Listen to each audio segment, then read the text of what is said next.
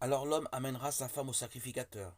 Il apportera pour elle son offrande, le 10e d'un épha de farine, d'orge. Il ne versera pas d'huile dessus et n'y mettra pas d'encens, car c'est une offrande de gâteau de jalousie, un gâteau de mémorial, qui met en mémoire l'iniquité.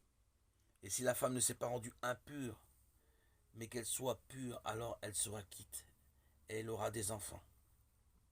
Telle est la loi de la jalousie, quand une femme se sera détournée pour être avec un autre que son mari. L'homme sera exempt d'iniquité, et cette femme portera son iniquité. Dans le Lévitique, les sacrifices sont liés au sanctuaire de Dieu, tandis que dans le livre des Nombres, ils sont typiquement en lien avec le voyage des fils d'Israël à travers le désert. Ces défis et leurs échecs. Le récit de ce voyage démontre l'infidélité du peuple, mais aussi la fidélité de Dieu. Une femme suspectée d'infidélité illustre la situation d'Israël.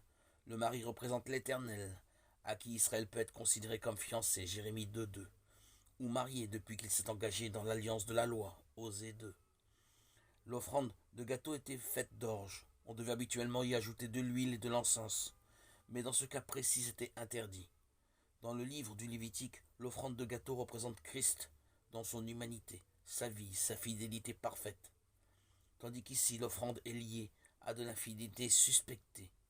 Ni l'huile, l'activité du Saint-Esprit, ni l'encens, les perfections personnelles de Christ, ne pouvaient être ajoutées.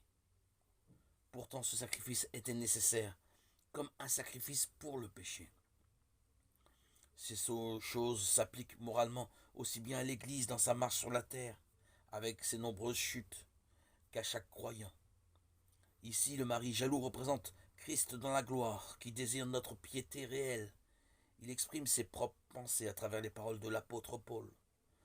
Je suis jaloux à votre égard d'une jalousie de Dieu. Oui, je vous ai fiancé à un seul mari, pour vous présenter au Christ, comme une vierge chaste.